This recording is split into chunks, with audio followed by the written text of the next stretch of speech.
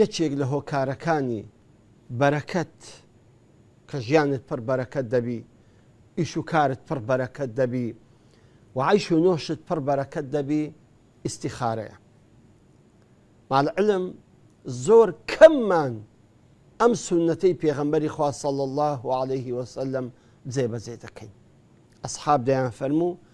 پێغەمبەری خوا عليه الصلاة والسلام ئیستیخارەی فێردەکردین لە هەموو ئیشەکان وەکو چۆن سۆرەتێک لە قورئانی فێردەکردین. زانە پێغەمبەری خوا عليه الصلاة والسلام ئیستیخارەی فێردەکردن في كل ئەمر في كل ئومورنا لە هەموو ئیشەکانمان کە چۆن سۆرەتێکی قورئانی فێردەکردین. ئازیزانم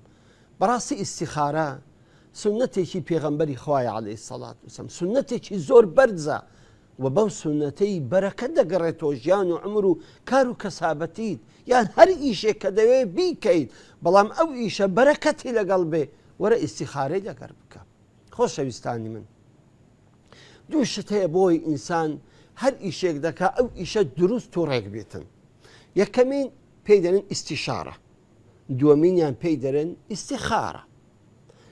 ما خاب من استخار ولا ندم من استشار. لمێژە گوتیتیان کەسێک مەیوس و کەسێک خابە یعنی مەسەلەن پەشیمان نابێتەوە کەسێک کە ئیستیخارەی بکە، و کەسێکیش خەسارەت من نابێت کە پەشیمان نابێتەوە کەسێک کە خراپی لە بۆ نایە ئەگەر ئیستیخارەی بکە، و پاشانی کەسێک پەشیمان نابێتەوە کە ئیستیشارەی بکە. بەڕاستی ئیستیشارەکردن و ئیستیخارەکردن بۆ هەر ئیشێک ئللا ئەو ئیشە پڕپیت و بەرەکەت دەکا و ڕێی ڕاستی خۆشی دەگریتن. ئیستیشارە ئەوەیە تۆ بێ هەر ئیشێکت لە پێشە،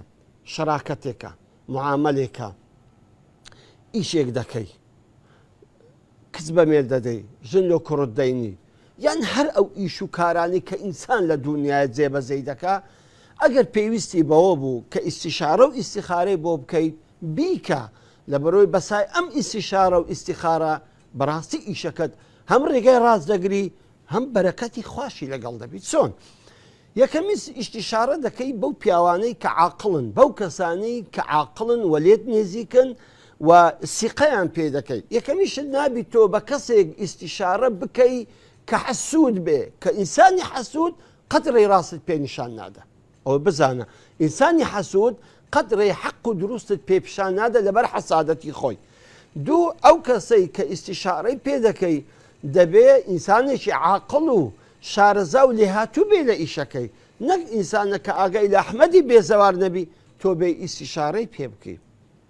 سێمین شت ئەوەی کە ئیستیشارەی پێ دەکەی بە خۆی ساحێبی تەجروبە و بە خۆی ساحێبی عمرێک ببێ کە بتوانیتن قسەت بۆ بکاتن، نەک تۆ بێ ئیستیشارەی بە منداڵێک بکەی، دەبێ ئیستیشارەی بە کەسانێک بکە عمرێکیان لە تەمەن بردبیتە سەر تاکو تەجروبەی ژیانی خۆیان پێت بڵێن. دەکاتە ئەوانەی کە تۆ ئیستیشارەیان پێ دەکەی بەڕاستی وەسا کە ئەهلی خیبرە بن، ئەهلی تەجروبە بن لە ئیشەکان و حەسوود و عوقد و بوغزیشیان لە دڵدا نەبی و ئەمینیش بن، ئەمین چکە نەوەکو ئەو قسەی تو ببەنە دەرێ و بڵاوی بکەنەوە کە هێشتا هیچی شت نەکردووە. دەکەواتە ئەو کەسێک کە ئیستیشارەی پێ دەکەی پاش ئەوەی کە یەکە دووە سێ ئیستیشارەت پێکردن و مەوزوعەکە لەگەر باسکردن و کە دڵت کەسە ئیشەکەی و قەرارت دابیکەی ئینجا یەکسەر بڕۆ ئیستیخارەشی بۆ بکە، یەکسەر بڕۆ ئیستیخارەی پێ بۆ بکە لە بەرۆی پێغەمبەری خوا صلى الله عليه وسلم بخوي أي فرمو إذا هم أحدكم بالأمر فليركع ركعتين من غير فريضة. ده فرمي أجر هركا سيكتان ويستيشتك بكا هم بالأمر، يعني يشتع عزب الزميداننا بلام همي هيدي وإيشي بكاتن، ده فرميتن فليركع ركعتين من غير فريضة، يعني دو ركعتان بكا سنة، دو ركعتي سنة غير فريضة. دعاء تایبەتی خۆی هەیە کە ئێستا ئینشاءڵڵا دوعاەکەی دەخوێنینەوە. پاشان کە ئەو دوو ڕکعەتەی کرد ئەو کابرایە ئەو ئیشەی دەداتە دەستخوا، پێی دەڵێ یا رب العالمین من نازانم تۆ دەزانی، تۆ علام الغیوبی علمت بە هەموو شتێک هەیە، ئەگەر دەزانی ئەو ئیشە خەیری تێدایە لە بۆ دنیا و قیامەتم و معاشم و معادم، یا ربی خوا ئیشەم لۆ ئاسان کە و لۆم سەهل کە و لۆم قەدەر تەقدیر بکە و بارێک لی فی ئەوە مهمە بەرەکەتیشی تێ بکە خوایە گەو ئیشە بەبێ بەرەکەتی تو نامەوێ ئەو کارەی کە دەمەوێت بکەم بەبێ بەرەکەتی تو نامەوێ یا ڕەب دەمەوێت بەرەکەتی تێ بکەی و ئەگەر دەزانی یا ڕەب العالەمین ئەو ئیشە خەیری تێدا نیە بۆ من نە بۆ دنیام نە بۆ قیامەتم نە بۆ حاڵ و گوزەرانم یا ڕەبی خوای من لەو ئیشەی دوورکە و ئیشەش لە من دوور بکە و ڕازیشم بکە کە ئیشێکی باشتر و چاکترم بێتە پێشی یان کارێکی باشتر و چاکترم بێتە پێشی سبحان الله اینجا تەوەکل لەسەر خوا بکە و بڕۆ لە بۆ ئیشەکەی ئێمە غەڵەتێک لێرە هەیە ئازام یەک غەڵەتی زۆر عەنتیکە هەیە لێرە ئەوی چییە نەسی حەدیثەکەی پێغەمبەری خوا عەلەیهی سەڵات وسەلام باسی خەون ناکە باسی ئەو ناکە یەک دێتە خەونت پێ دەڵێ ئەو ئیشە بیکە زۆر چاکە شتێوان نییە لە شەریعەتی ئیسلامی بەڵام هەندێک خصوصیاتێ هەندێک کەس کە ئیستیخارەی کردیە و هەر بە خەون جوابەکەی وەرگرتەوە ئەو جودایە ئەو حکمی شەرعی نییە ئەو تعمیم ناکرێت لەسەر هەموو خەڵکی ئەو تایبەتمەندێکی خۆیتی ئەو کەسە بەڵام وەکو سنەتی محەممەد المستەفا عەلەیهی سەڵات وسەلام تۆ ئیستیخارەکەت کرد ئیتر دەست بە ئیشەکە دەکەی و ئەو ئیشە دەدەیتە خوا ئەتوو گوتیتت خوایە ئەمە دەمێ ئەو ئیشەی بکەم ئەگەر ئەو ئیشە خەیری تێدایە بۆ من بۆم جێبەجێکە و بۆم سەهلکە و بۆی دەچم نەک ڕاوەستی هەتا ئیعازەکە لە بۆ دێ ئەو جا بچین نا یەکسەر بڕۆ ئیشەکەی ئەگەر قەدەری خوای گەورە لەگەڵ ئەو ئیشەی دابی وەخوای گەورە ئەو ئیشەی قبول بفەرمووتن و ئیشەکەت ئاسان بکە ئەو ئیشەکە زۆر بەڕێک و پێچی دەبی ئەمما ئەگەر خوای گەورە بزانێ ئەو ئیشە مەسلحەتی لە بۆ تو تێدا نیە چکۆ ئیستیخارەت کردو داوات کردو خوایگە مەسلحەتی تێدا نیە لە منی دوورکەوە منیش لەوی دوورکەوە خێری پێوانە یەکسەر ئیشەکە بە خۆی نابی بەخۆی دەپسرێ بەخۆی لە ڕێ عەزەکی لۆ پەیدا دەبی مانعەکی لۆ پەیدا دەبی هەنگین یەکسەر تەوەکل بکە لەسەر خوا کە بزانە ئەوە خوای گەورە قەدەری وایە ئیشە نەبی لەبەرەوە مەسلحەتی تێدا نیە یەکسەر لێ بکشێوە بەو شێوەیە ئەمن ئیستیخارە بکەم ڕائوستم حەفشەوە حەفت ڕۆژان هەر ئیستیخارە بکەم هەر خەونەکی نەبینم یان خەونی هەرچەند خەونی عەلەق و بەلەق و عەنتیکە و پەنتیکەیە دەبینی مامۆستا ئەوە ئیستیخارەم کردیە خەونێکی ئەوام دیە مامۆستا سەری سۆر دەبینێ لە خەونەکەی بابەوە جوابی ئیستیخارەی نییە ئازیزانم ئیستیخارە ئەوەی دێتە ناو دڵت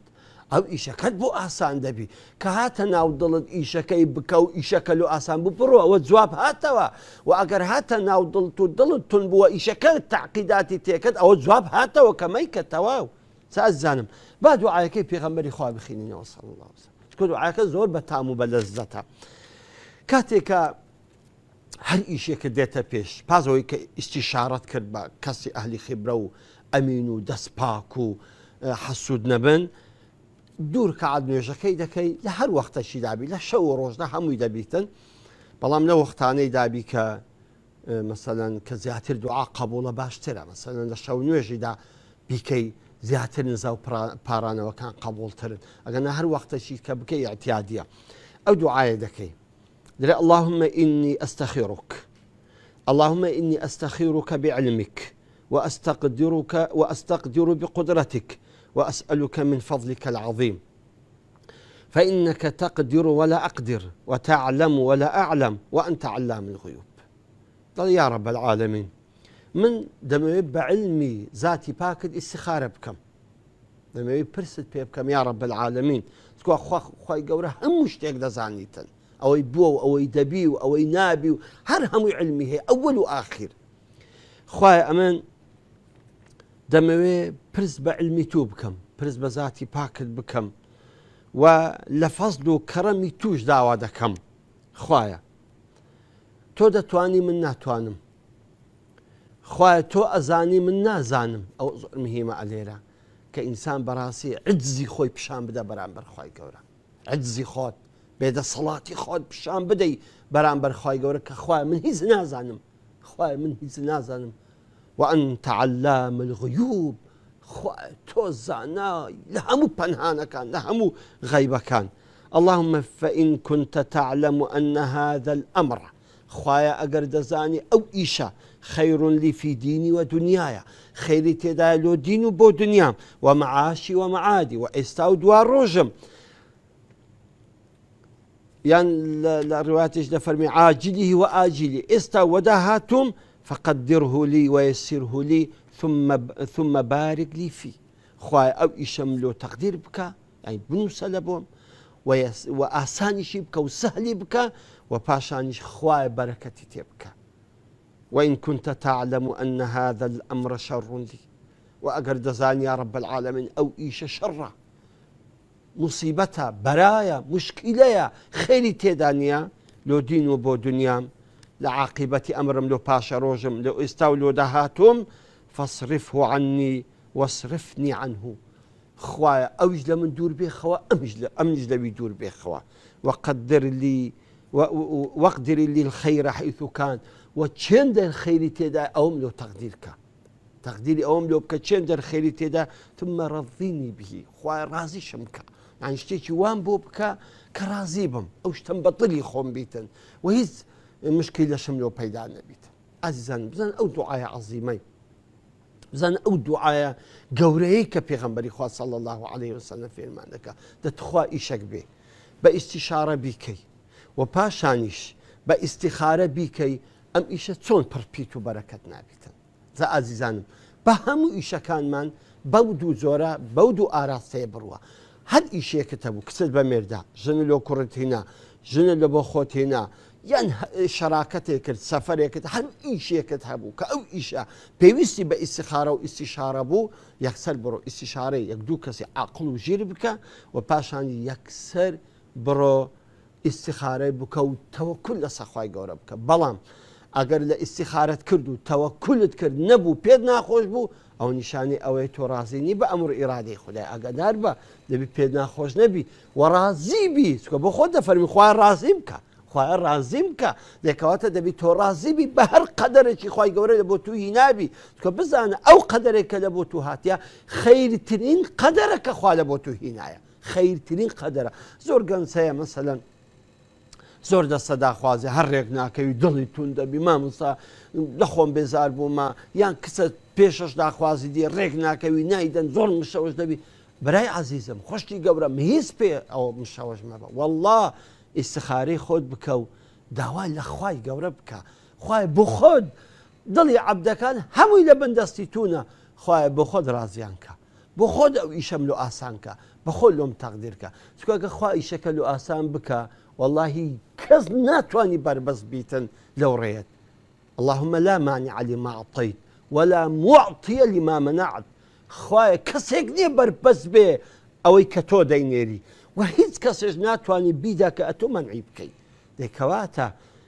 أو إي شيء كبوتوها هربوتو دي واعلم إنما أصابك لم يكن ليخطئك وما أخطأك لم يكن ليصيبك أو بوتو به هربوتوها يقين به هربوتوها وأجر بوتوش نبي دنياش بين سريق هل بوتونيا زكواتا بائما لخوا دعوة بكين إيش كان من بدين بدس خدا هل لخوا طلب كين أو كاد توكلي تواو دروس كو بو إيش كانت حمي برخير وبركة بي